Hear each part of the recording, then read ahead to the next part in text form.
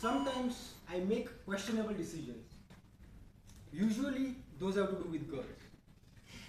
But a few months back, I decided to attend a 10-day meditation workshop on Vipassana meditation. For those of you who don't know what it is 10 days of meditating 11 hours a day. Yes, 11 hours. So good afternoon, fellow Toastmasters and guests. Good afternoon. Today I'm going to share my experience of Vipassana with you. So before I begin, let me give you the textbook definition of meditation. Meditation is the art of focusing 100% of our attention on just one thing. Our mind is like a jigsaw puzzle made by shattered fragments of the past and expectations of the future. So whenever you are sitting idle, your mind wanders away and it has just two places to go, either your past or the future. Meditation is about bringing back your mind to the present. Fast forward to the first day of my course. What I somehow knew but did not fully realize is that when you go in, you are supposed to sacrifice for the whole technique. So when I went there, the program coordinator asked me to empty my pockets in this. So he took my cell phone, my wallet, and my emergency stash of vodka. And he called this the Mohamaya bundle. He took this from me. I felt very weird, somehow naked, because the first time in my life all my pockets were empty. Students there are supposed to follow set of rules. Students are not supposed to speak, sing, dance, talk, listen to music, read, write, or indulge in any form of entertainment or indulgence for 10 days. Yes, I did not speak for 10 days. The day started with a 4 a.m. morning wake-up call, and we are supposed to follow a routine which ended at 9:30 p.m. Most of my meditating time was spent in having awareness about my bodily sensations, expressing equanimity towards all the sensations, and sitting through all these sensations, physical and emotional, not trying to change them or modify them, and feel their impermanence. I had thought that I would slip out into that Zen mode and into that meditation mode we all know about. I knew that this was going to be tough.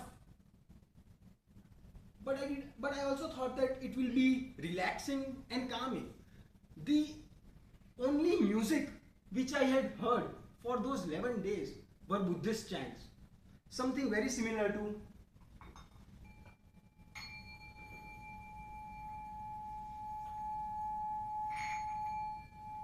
this along with lyrics. This, by the way, is a meditation bowl. The vibrations help to keep your mind stable and balanced.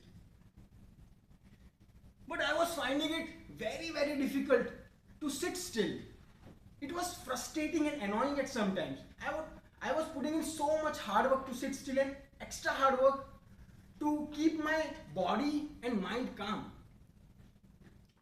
My experience, after 2 days into the course, my experience was kind of turning out into a torture for me.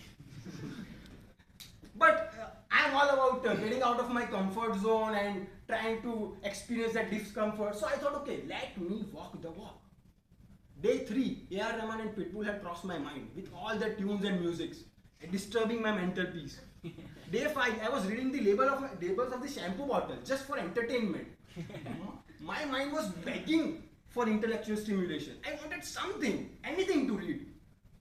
Day 9, half of the day I spent with my eyes open, imagining my name written on the floor, Nimit Patel, thinking that it is a game of Scrabble and forming words out of it.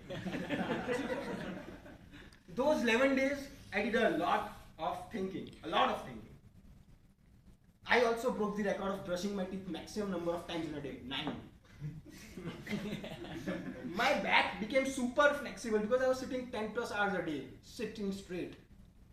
All those sitting in discomfort and anxiety, that frustration, resentment, laziness, sadness, confusion, subconscious thoughts submerged mind in a dreamlike manner. I was surprised by the content of those thoughts. I observed that my thought process have a pattern, and the pattern made me even more enlightened and exasperated. I was desensitized by slew of hard emotions, good and bad. I like to be quiet more than I thought I would. Students were advised not even to look at each other's eyes. We were supposed to create an environment of complete isolation. In a way, I thought it was good because I didn't feel obligated to greet anyone, to say hi, hello whenever I cross someone. But at times the experience became very surreal. Just imagine 40 people are sitting in the dining hall, everyone is having lunch, and no one is talking with each other for 10 days. Pin drop silence. Some of my senses were heightened, especially my eyesight and my hearing power. I could see a bug jump 50 feet away. I loved to watch the sun growing up every morning. Usually when I work, I put my earphones on, so it was a nice break for my ears. It was turning out to be a very good experience. My awareness increased. I was starting to make decisions intuitively and instantly. All in all, the experience was like sawing off my arm to get me out of the cannon. There is a good amount of research done, papers published on how Vipassana has helped a number of people in variety of ways. There are papers, research papers, books written on the subject. You can borrow them if you want. But no amount of words can make you feel what I felt there. You have to go there and experience it yourself. In Buddha's words, believe nothing, no matter where you have read it, who has said it, not even if I say it, unless and until you agree using your own reason and common sense. My friends, at least once in your life, register for the course, go there, experience it. You will not regret it. Over to you.